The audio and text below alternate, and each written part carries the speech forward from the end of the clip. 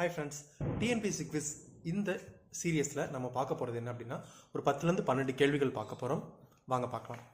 முதல் கேள்வி, தமிழ் உரைநடையின் தந்தை என்று அழைக்கப்படுபவர் யார்? வீரமா முனிவர். ரெண்டாவது, தமிழ் நாவலின் தந்தை என்று கூறப்படுபவர் யார்? தமிழ் நாவலின் தந்தை என்று கூறப்படுபவர் மயூரம் வேதநாயகம் பிள்ளை. அடுத்து, தமிழ் சிறுகதையின் தந்தை வாவேசு ஐயர்.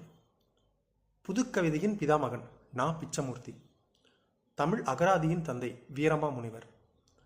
தமிழ் நாடகத்தின் தந்தை பம்மல் சம்பந்த முதலியார். தமிழின் முதல் நாவல் பிரதாப முதலியார் சரித்திரம். தமிழின் முதல் சிறுகதை குளத்தங்கரை அரசமரம் வாவேசு ஐயரது. முதல் சமூக நாடகம் டம்பாச்சாரி விலாசம். இதை எழுதினவர் பார்த்தீங்கன்னா விஸ்வநாத முதலியார். தொடர்கதையாக வந்த முதல் நாவல் கமலாம்பாள் சரித்திரம். முதல் பெண்ணிய நாவல் சுகுணசுந்தரி சரித்திரம். முதல் அறிவியல் புனைக்கதை சொர்க்கபூமி. முதல் செய்யுள் நாடகம் மனோன்மணி.